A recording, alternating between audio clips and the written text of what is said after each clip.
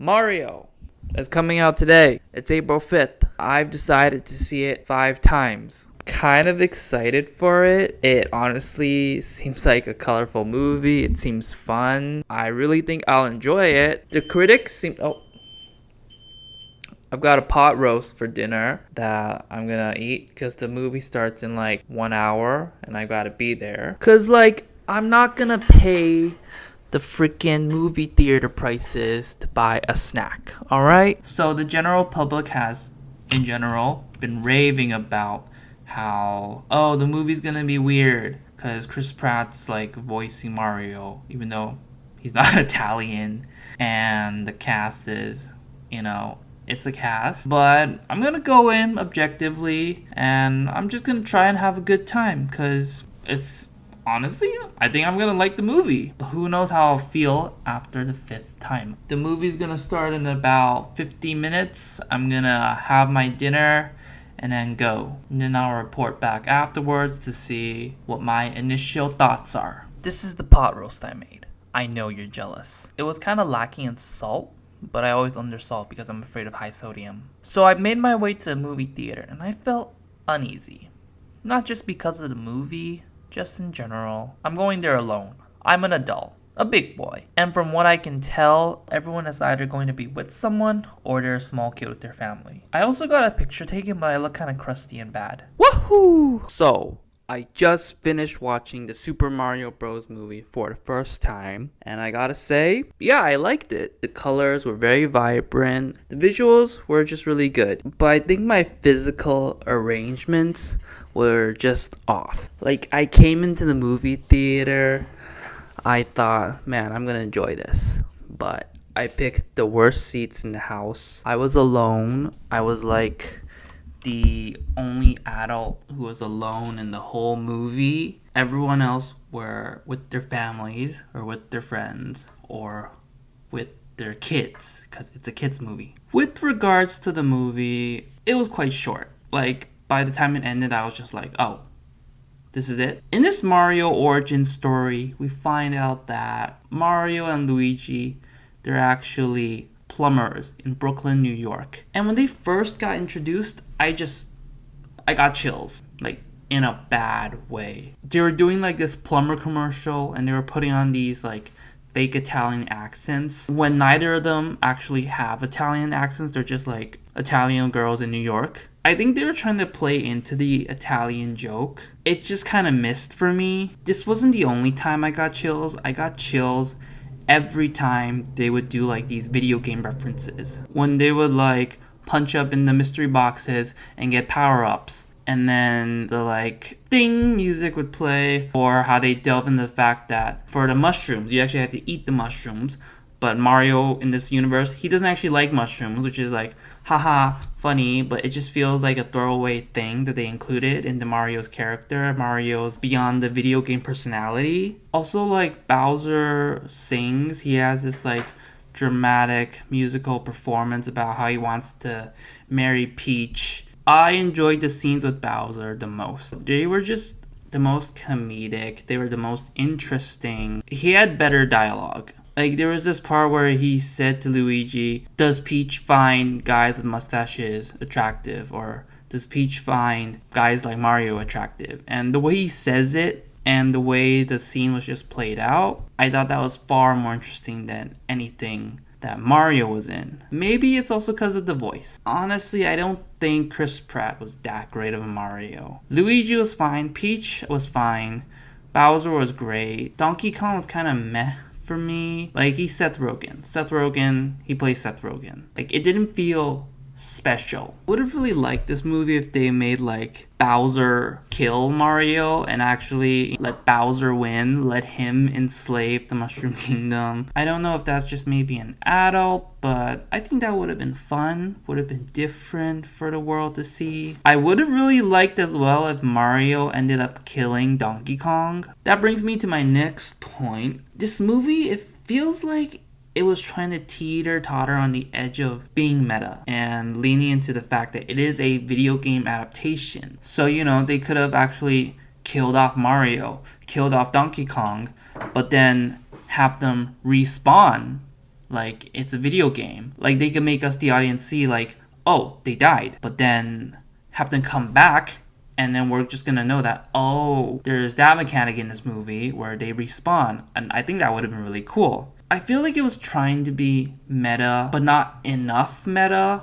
Like instead of showing them traveling through the pipes, they could have like went into how the pipes work. Why do they suck people in? Who created the pipes in the first place? Like maybe the whole world that they lived in, Brooklyn, New York included, could have just been like this big creation by this godly game creator, like something in Lego Movie, which Chris Pratt also voices the main character of, which is a lot better than Mario because it was a lot more creative. That brings me to my next point, creativity. There's a lot you could do with Mario. Like I expected more from Rainbow Road ever since I saw it in the trailer. I really wanted them to do more with the power-ups, be more creative, actually let Mario go through all the power-ups, not just 3. Also, as a perk of me going to watch this 5 times in a row, I could take advantage of the fact that I can go to the bathroom whenever I want, because I know the next day I can just catch up on the part that I missed. Music was nice too. They interpolated a lot of music from the actual game, which is a reference that I really enjoyed. Also gave me chills sometimes. Mario also says how he never gives up, which is a homage to us playing the game, how we don't give up when we die. But yeah, that's about it for today. Let's see what happens the next time I watch it tomorrow. I'm actually gonna go to the theater midday, buy a ticket, and then come back at night after work so I can actually get a better seat and watch the movie and enjoy it better the second time, and maybe fill in the scenes that I missed. So I was doing some research on a potential Legend of Zelda anime and I found this. Hey, paisanos! It's the Super Mario Brothers Super Show! With the Mario Brothers and plumbing's a game. We're not like the others who get all the fame. If your sink is in trouble, you can call us on the double. We're faster than the others, you'll be hooked on the brothers. Now, I'm not saying that it's good, but it's just nice to see that they paid homage to it. Day 2. I just got off work and I'm gonna eat and then we'll see Mario for the second time. So I didn't actually manage to buy an earlier ticket because this morning when I went, the movie theater was actually closed. So I'm just gonna go there right before the movie starts and buy a ticket. I might just stand in the back. Making my way downtown, walking fast, faces pass, and I'm at the Super Mario Bros. Movie. Today's seat was 1 row higher than yesterday, so my neck is very gracious. So I sat down, waiting for the movie. There are just so many ads. The movie start time 6:30 is such a lie. It actually started at 6:45. So then I got this ad, the Trolls ad, and I thought to myself, Trolls. Haven't seen an ad for that in a while. Then I went into shock. This was actually for the 3rd Trolls movie. In my mind, I thought Trolls 1 just came out. But it actually came out in 2016 when I just finished high school. Then I went into shock once again when I realized this wasn't just a movie about anthropomorphic, ugly, cute short creatures. It was a musical. Who is enjoying this? But the Teenage Mutant Ninja Turtles movie is really cool. Second viewing experience done. I would say I liked it better the second time. Like today, it just felt better. I got a better seat. It was higher than where I was sitting yesterday. I just felt less anxious because I just thought, well, everyone's here. They're not really paying attention to me. They're just here to enjoy the movie like I am. So again, the movie says it's supposed to start at 6:30, but ads played until 6:45. So now I know better for the future to plan to arrive at least 10 minutes after the actual playing time so I can skip all the ads. Also, the seat situation. I went to see it at Cineplex, and the seats, they only really go back and forth. Like, they don't stay. Like, they either go really far back where you put your whole like weight onto it, or it just stays front and you can't lean back. It's not very comfortable. Like, I prefer chairs that are sturdy, where I lean back and doesn't go all the way back. So I'm just like constantly adjusting because I'm really scared of my posture. Like, I don't know if you get this, but I'm really scared of my neck hurting or my back hurting. So I really try to constantly move around so I'm not in a bad position for 2 hours. So the movie starts off with Bowser coming in to invade the Ice Kingdom. He drops his like gigantic floating island down onto the snow, and then the ice penguins come out. And the joke is that the ice penguins, they act all menacingly, but all they really do is throw snowballs, and so Bowser just captures them and steals the star. You know, that star that gives you like invincibility in the game? That's the star. But also, like, that's the only star we see in the whole movie. I expected like each kingdom to have its own star. Afterwards, we cut to our two brothers, Mario and Luigi. And the first time we see them, it's in like this plumber ad. And they're putting on these like fake Italian accents, and again, I gotta say, I got chills. Also, I noticed that the accents that Chris Pratt and Charlie Day are putting on, it's kind of like a Italian from New York type of accent, like, how's about that? Let's go over there. Something like that. So Mario and Luigi get this call to fix some rich person's leak at their house. They absolutely fail.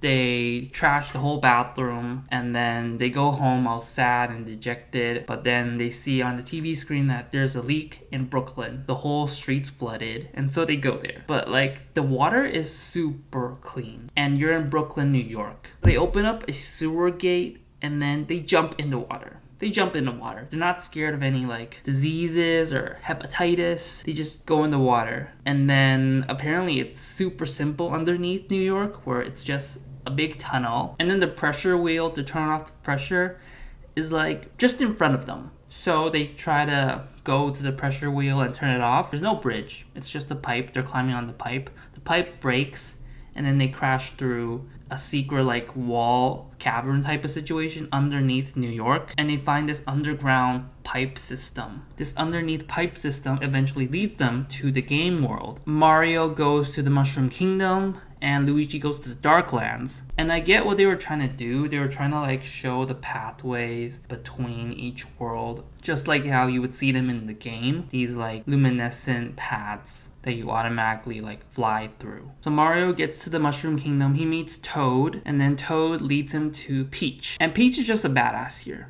Peach, she's not the helpless damsel in distress. She knows martial arts. And then there's like this training montage with Mario where Holding On for a Hero plays by Bonnie Tyler, and like, we've seen it before in Euphoria and Shrek 2. Why this song? So then Chris Pratt eats a mushroom, and then he does like woohoo. Every time Chris Pratt does one of the signature Mario sounds, like wahoo or mamma mia or like it's a mia, I cringe. I get chills all around because it's just not that good. I feel like the whole movie was just trying to lean way too hard into the internet memes. I feel like it should have just went with its own idea of how Mario would talk, put in like one or two of those lines in, and it would have been a lot better. And also would have been a lot better if, you know, somebody else actually played Mario, but that's a discussion that's been oversaid. And after this training montage, I just thought, what was the point of all this? Because they don't actually need to do parkour across blocks in the later parts of the movie. They're on carts. The only thing that was useful were the power-ups. But the only power-up he got here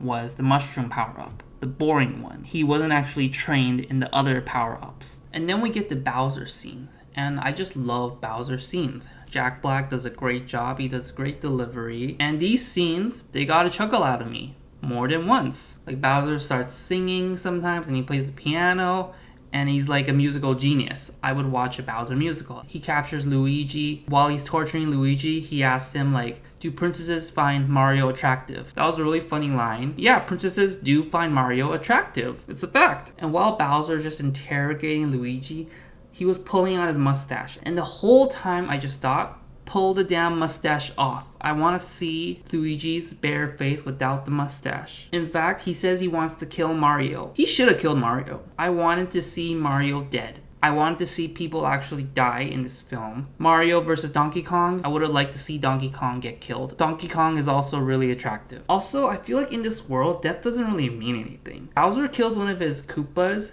but then the Koopa became a Skull Koopa. So does that mean if Bowser dies, Bowser becomes a Skull Bowser? But if Mario dies, if Luigi dies, if Peach dies, If Donkey Kong dies, do they all come back in their skull forms? I would like to see that. That could have been a really interesting idea. And then after they get to all the Kongs apparently built them all carts, and they're gonna ride the carts back to Mushroom Kingdom to confront Bowser. And on the way, they go on Rainbow Road. On Rainbow Road, we get Mario Kart. Mario and Donkey Kong, they team up and beat the Koopas that are coming to capture them. Busho comes and destroys the Rainbow Road. Donkey Kong and Mario are gonna kiss here. But they didn't, and then they get trapped inside this big fish. But then they find one of Donkey Kong's rocket engines, and they fly out. In the meantime, Peach is getting married off to Bowser. Peach is like, no. She gets a ice flower power up, and she just starts decimating the whole wedding. She's slaying. Peach is cool. As Donkey Kong and Mario come back to Mushroom Kingdom to help in the war, they run through this obstacle course to get to the top to help Peach. I was expecting a lot more in this scene. I was expecting them to go through a lot more power-ups. But really, only Donkey Kong gets the fire power-up, and Mario gets the mushroom power-up and the Tanuki power-up. That's it. This movie in general, they could have been a lot more creative. They could have went through everything, a lot more things that are present in the game, because it's just lacking. They could have actually made use of the mini mushroom power-up. They could have actually went into space and done some Super Mario Galaxy. They could have actually had an underwater obstacle level they went through instead of just having Donkey Kong and Mario pass through the water like that. It wasn't like the Lego movie where when Batman showed up, we all clapped because that was fun. Also, there wasn't much of a message in this movie. They just kind of went through the plot. There was really no point of what they were doing. Like in the Lego movie, we find out the message is not everyone has to be special, but you can become special. But it's also alright to be normal. In Mario, there's no such thing. They just beat Bowser up at the end, but it didn't feel good. It didn't feel satisfying. Like they keep bringing up the point of you never give up. Mario never gives up. Like us in the game. When we play the game as Mario, we die, but then we just keep going.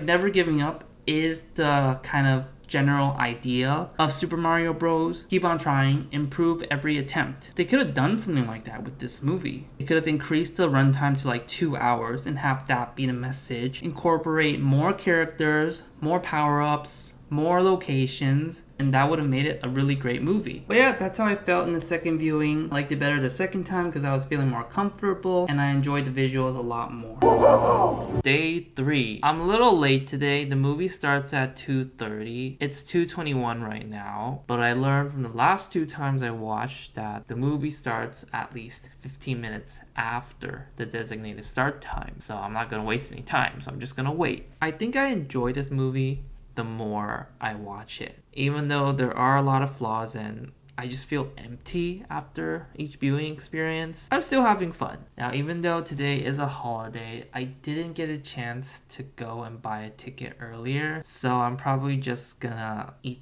the shitty seat again. Also, after my viewing yesterday, I took a little walk around the movie theater and I just started entering like different rooms in the movie theater and there was no one checking if I had a ticket. So I went to see Dungeons and Dragons and went to see John Wick and no one was gatekeeping. So maybe today, if I'm a little too late to the start of the movie, if I don't get a ticket, I think I'll just buy a different ticket for a different movie and then sneak into the Ultra Max viewing at 3 p.m. Just to keep me on the edge of my seat a little bit, just because, I'm doing something bad. I'm sneaking into a different movie, even though it's not the movie I bought. It's looking like a good day. See you on the other side. So I made my way to the movie theater for the 3rd time. I bought my tickets and skipped the overpriced snack and pop. I was right. Even though the playtime said 2:30, I bought my ticket at 2:38 and the movie started at 2:43. And because I came alone, there were empty seats in the top rows of the room. Lots of wins that day. As I was watching the movie, like the past 2 times, it kind of just ended. Not really that much happened. Bowser gets the star. Bowser kidnaps Luigi. Mario saves Luigi. They defeat Bowser. Happily ever after. They save Brooklyn. That's it. There was really no thesis, no message, no satisfying conclusion. So Bowser starts off the movie and immediately he steals the show. He drives a ship in. It's all like made of lava and melting the Ice Kingdom. And then Bowser completely destroys the kingdom because it's made of ice and Bowser can breathe fire. When the ice penguins, they do fight back, they play like this very generic rock song that they do in like every action scene in every movie. And it's played for comedic effect because all the penguins do is they throw snowballs and blocks of ice, which does nothing to the Koopas. After this scene ends, we get to the ad again. I get where they're coming from. It's kind of funny. It gets a few chuckles out of me. But still, hearing the accents, I don't know how to stomach it. So they get their first plumber call and then they go to the house. And it's in between this scene where we get this great like 2D game-like sequence of Mario and Luigi doing parkour. Mario is like ahead of Luigi. He's giving Luigi like platforms to stand on, ladders to climb. And it plays very much like in the game where if you played as both characters, you would do something as Mario so then Luigi can do something else. And I thought this was really cool. We needed more of this in the whole movie because this is the only time we see it. And it's established here that Mario, he's already really good at parkour. He can already jump on blocks. He doesn't really need further training. Well, maybe he just needs to get used to the Mushroom Kingdom. He's already pretty good. He's flexible, he's nimble, he can jump high. Then how did they get to the Mushroom Kingdom? Well, apparently Mario sees an ad on the TV screen that says Brooklyn is flooded. And these two, they want to save Brooklyn, so they respond to the flood. Mario, he opens up a sewer grate. They jump underneath without any protection, without any hazmat suits, without caring about the rats or the bacteria or the diseases. They don't fix the drainage problem. They don't fix the water pressure. They just crash through the wall and break the infrastructure underneath New York. If anything, they didn't save Brooklyn. They ruined it. So then they find themselves in this gigantic pipe system underneath New York. And they're like, whoa, what is this? Dude, it's New York infrastructure that sends all your water. What do you mean, what is this? And then they find the pipe that sends them to the actual game world. Luigi gets sent in first, and then Mario, he runs in the pipe. He doesn't move at first, but then he gets sucked in. And it's his mustache that kind of twiggles a bit, and then he's sucked in. The whole time I was thinking, I need him to rip his mustache off, because I want to see Mario without the mustache. And then we meet Toad. Toad talks about Bowser, and he whispers like, Bowser? Bowser is not Voldemort. It's not he who shall not be named. Like, there's a lot of these things in this movie that just feel really throwaway.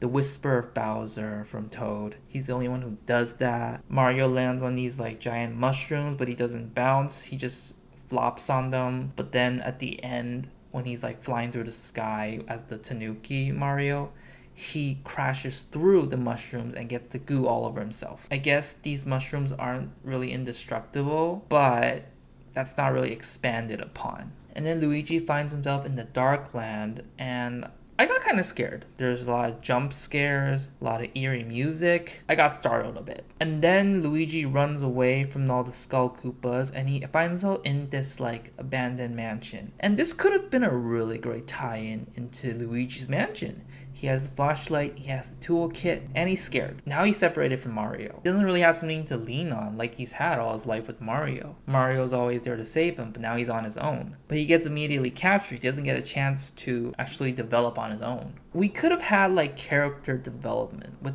a Luigi subplot. He could have went through the mansion, learned to be braver, but then gets caught by Bowser at the end of Luigi's mansion. So Mario and Toad get to the castle and they meet another Toad. This Toad says castle, like castle. So do the Toads have a Brooklyn accent? Because I assume Peach is from Brooklyn because she's a human and she came through the pipe.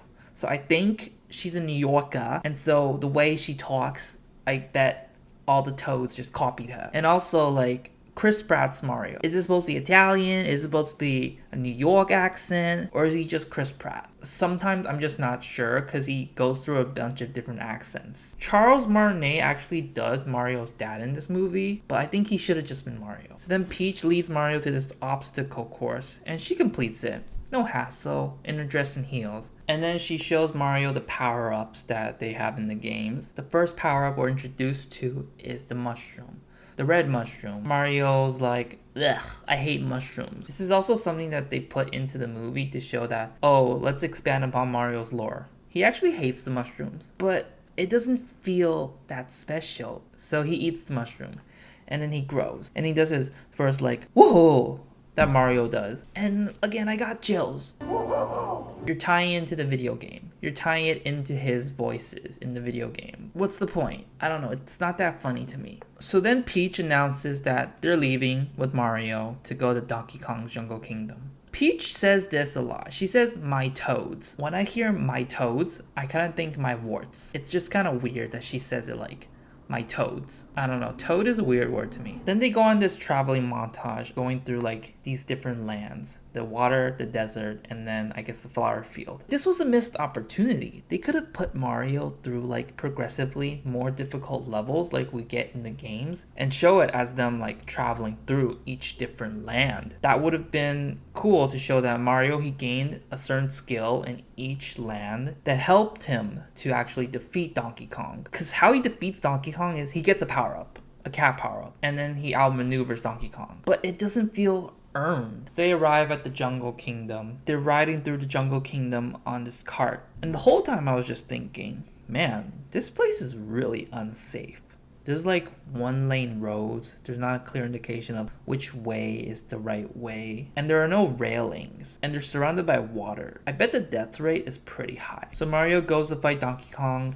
Donkey Kong is still attractive. He doesn't say let's go like in the trailer. Let's go. He also doesn't say Mushroom Kingdom, here we go, like he says in the teaser. And again, I don't think there was much build up into this fight because Mario, he was already an expert in parkour, even in Brooklyn. And we haven't seen Donkey Kong at all. This whole scene could have been done a lot better. I still think Mario should have killed Donkey Kong at the end. I think people should have died this movie. Cranky Kong also talks in a Brooklyn accent. He says, get your carts, pick your carts. So the Kong army uses carts. They're gonna drive carts to the Mushroom Kingdom to apprehend Bowser. Why carts? What are they gonna do with carts? How are they gonna fight with carts? Donkey Kong and Mario, they get trapped inside a fish because they fell off Rainbow Road because of the blue shell. And again, I wanted them to kiss, but they don't kiss. Then they escape. They get to the wedding, and Peach uses the blue flower to shoot ice particles. She turns into Elsa. She could destroy Elsa like this. Like,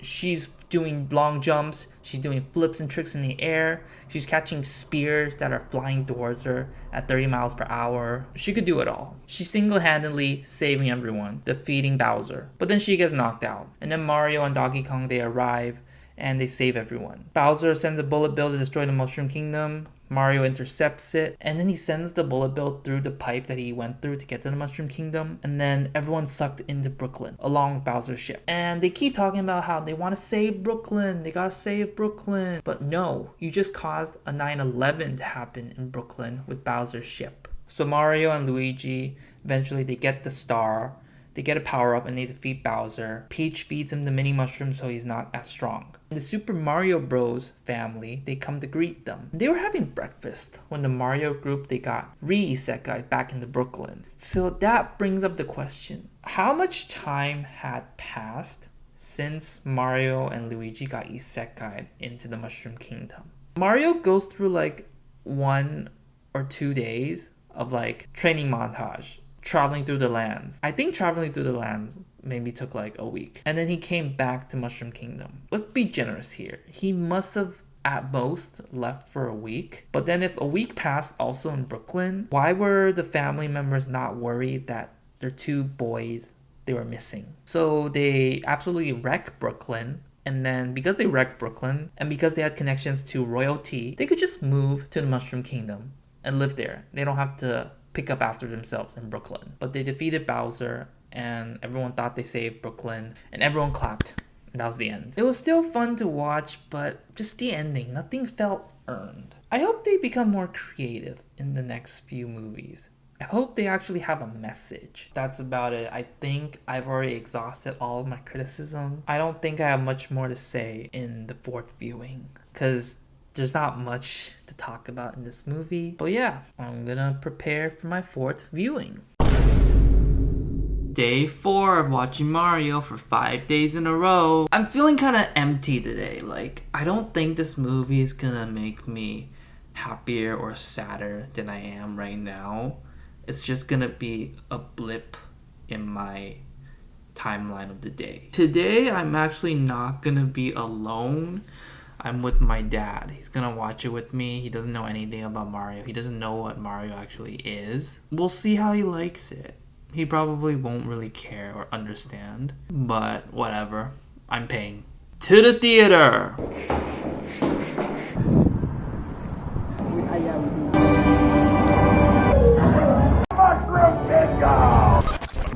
What did you think about the movie?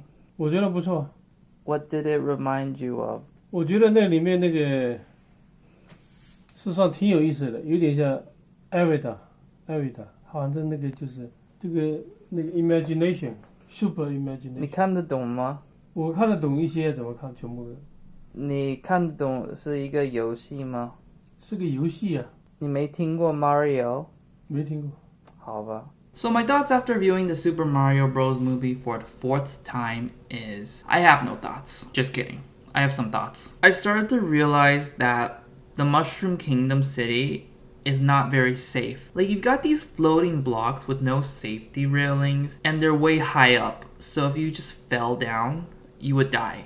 And you've also got these moving blocks that go back and forth. If you miss one, you have to wait for the other one to come back. And also, it's very dangerous because these blocks, they move really quickly and there's no safety. Like, Mario almost died right here in the beginning. And then Chris Pratt's accent. I'm still not sure what it's trying to be, because at one point he tells Peach, "You are gonna help me find my brother." But then the other times I just hear like his normal speaking voice. So I think he like goes in and out of his accent, his Brooklyn accent. This movie is mid. There were a couple of chuckles in the movie theater, but there wasn't really like a big guffaw or uproar of laughter, except during the obstacle course scene where Holding On for a Hero is playing, and at the end you think Mario's gonna succeed, but then he fails because the plant eats him. Everyone laughed then. But there hasn't been another scene where everyone laughed as hard as that. Although at the end of the movie, people did clap. So I guess people enjoyed it. I quite enjoyed it, honestly. So this viewing, I counted the days they actually spent in the Mushroom Kingdom world. And they spent a day training in the obstacle course.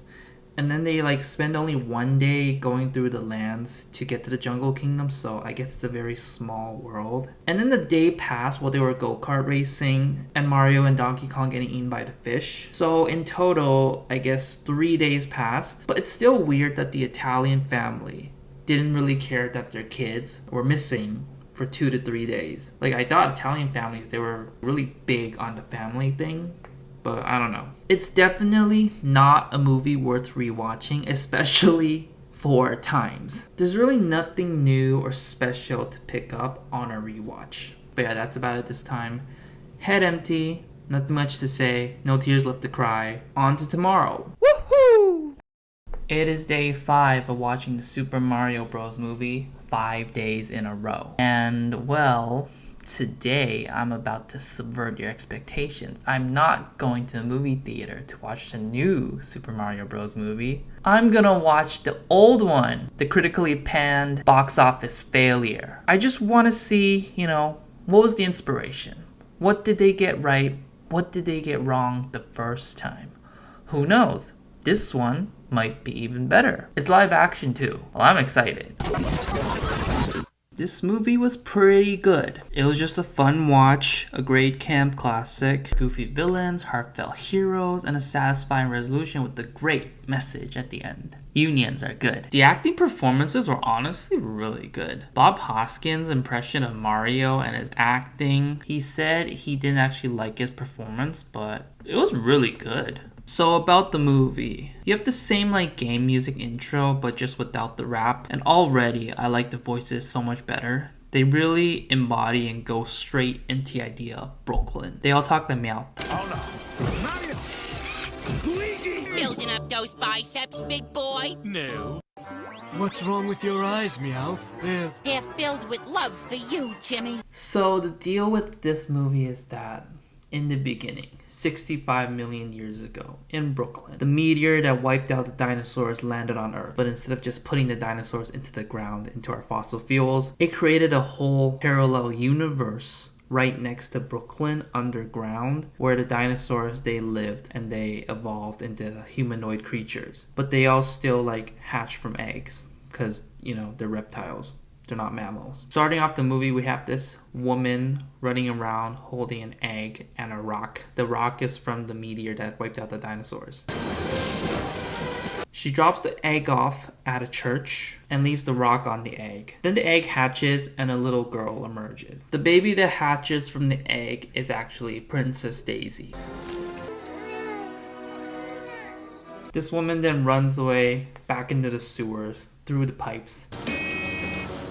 And I get what they were going for. This is an allusion to the pipes in Mario where people travel, they get sucked in. And this finally made me realize why they were plumbers. Why was the decision to make the two Mario brothers plumbers? It's the fact that there are pipes in the game. Pipes that people travel through. Pipes, plumbers, water, fixing. It makes sense. Present day Brooklyn. We have the Mario brothers. They're on a plumbing job. We also meet Princess Daisy, who is now a NYU student doing archaeology. They're digging at a construction site owned by this capitalist, Mr. Scapelli, and his construction company. Capitalist Mr. Scapelli wants them to stop digging. They want them to finish as soon as possible so he can continue on his construction work. Daisy's like, no. Sorry, we have the right here. We have the court order. He's not backing down. So then she goes off to call the university for some money, for some help, and she meets Luigi. Luigi asks her on a date, a dinner date. This is traditional Italian cinema. They have spaghetti and meatballs. And I need to note here that there's no Bowser or Peach in this movie. Daisy finally gets her spotlight.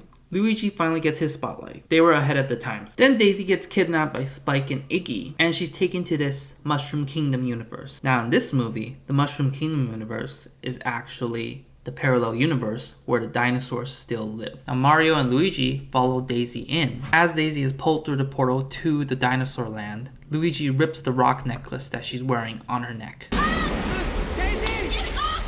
Then Mario and Luigi follows her into the portal, into the dinosaur land. Then we get these awesome special effects that Marvel wishes they could do with their 20 projects in 1 year and overworked and underpaid VFX artists.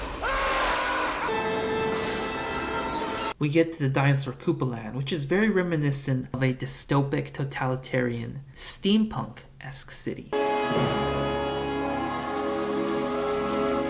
And our two working class plumbers from Brooklyn are here to signal the revolution. Daisy! Luigi! This didn't really need to be an adaptation of Super Mario Bros. It could have been an adaptation of even 1984 or A Clockwork Orange. This movie is really gross and disgusting to look at. You have these creatures that are called Goombas in this movie, and they're just devolved humans from this world. These are Goombas. Like, you see that? Mario and Luigi traverse through the city and they meet this old lady who wants to take their rock. This other red lady with jumping rocket shoes, she throws the old lady over a ledge and takes the rock and then jumps away. Get him up, suckers! Koopa coins! I need Koopa coins, you labels! Well, this...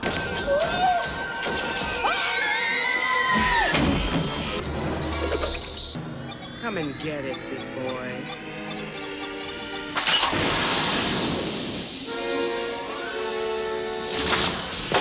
Then Mario and Luigi, they meet Toad, who gets arrested for singing an anti-Koopa song.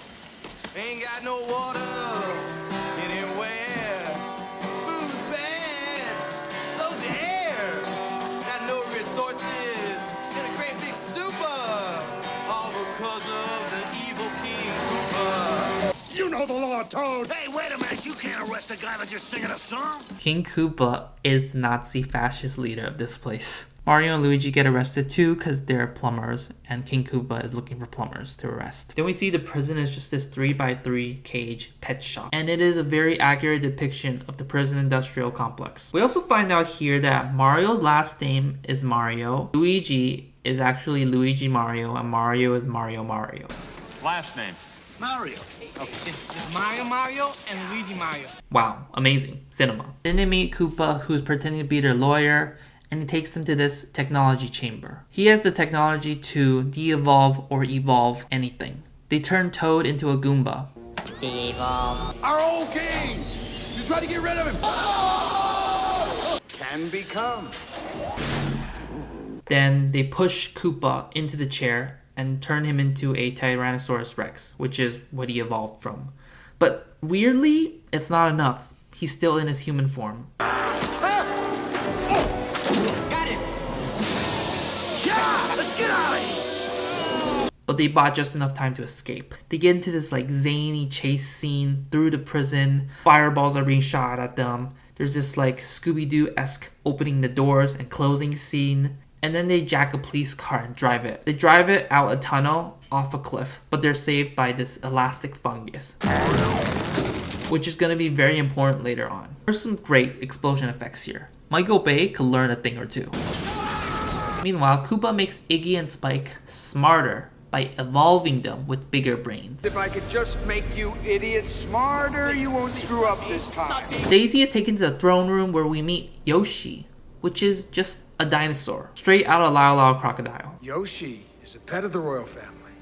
It's creepy as shit. Iggy and Spike follow Mario. They're in the desert, but they get trapped in quicksand. Mario and Luigi capture them, and they all figure out to go back to find the jumping lady and get the rock back. They go to the club where the jumping lady is at, and Mario seduces her and takes the rock. Koopa's partner Lena comes to the party and tries to arrest Mario and Luigi, so they try to escape by playing football with the rock, but then they lose the rock and Lena gets it. But Mario and Luigi manage to escape the party, and they make their way to King Koopa's evil corporation. This is where they finally wear their plumber outfits of green and red. Iggy and Spike turn out to be Princess Daisy loyalists who want to overthrow the evil King Koopa. Fascist, oppressor of the proletariat. And they show her that her father was the fungus, the primordial fungus. May I present to you your father, The fungus. And King Koopa devolved him into this primordial fungus. And he's not just the fungus in the room, he's the fungus everywhere. All the fungus we've seen so far in the movie, it's Daisy's father. He's been helping them all along. Why do they want the rock? The rock is actually a meteorite fragment, and if they insert it back into the meteor that killed the dinosaurs, they can merge the two dimensions. So Lena goes to do this, she succeeds, but then she dies. She turns into Skull and Bones, because the recoil of inserting into the meteorite is just too powerful and she can't handle it. The two dimensions start merging and we get this Infinity War-esque disintegration scene. Once again, Mario and King Koopa, they both get teleported to Brooklyn.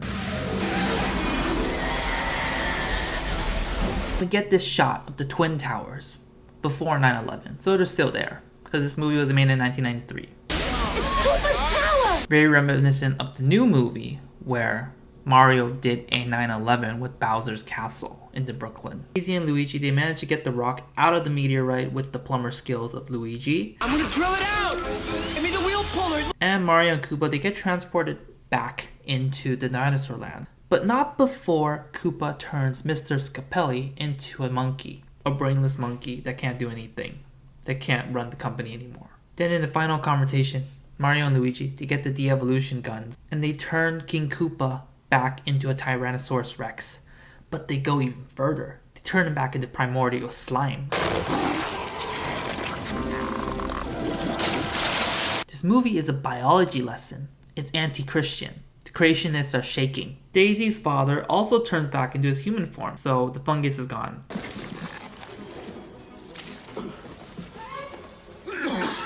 Then at the end, Daisy and Luigi, they have a heartfelt goodbye before Daisy sends both Mario and Luigi back into Brooklyn. 3 weeks pass and the Super Mario Brothers are on TV, being congratulated by, I think is the mayor, I don't know, that they have saved Brooklyn. Super Mario Brothers. Then suddenly, the movie ends with Daisy coming back, asking for Mario and Luigi's help. You're never gonna believe this. I believe it. You do? I believe.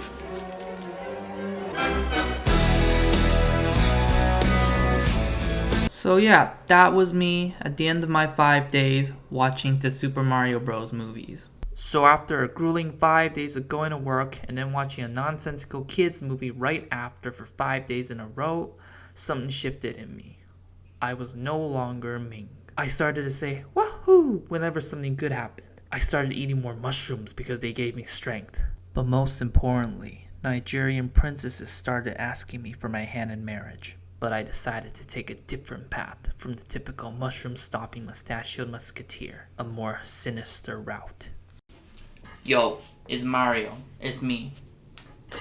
You might know me and my super successful plumbing business with my brother Luigi. We were in the newspaper after we saved the Mushroom Kingdom. Here's what we did to the Mushroom Kingdom afterwards. From Mushroom Kingdom to Jungle Kingdom to Bowser's Fortress, we've established the biggest underground market for stars. And now you're telling me that Peach wants to kill me for getting her toads addicted to infinite star power? I saved her life! I'm finally someone now! I'm not just a dumb plumber from New York. I'm the ruler of the world! Where's my mustache? There we go. Oh god, what's happening to me? It hurts. Just kidding, I didn't learn anything. If anything, I got stupider. That's about it. Shout out to my one and only subscriber, you're the OG.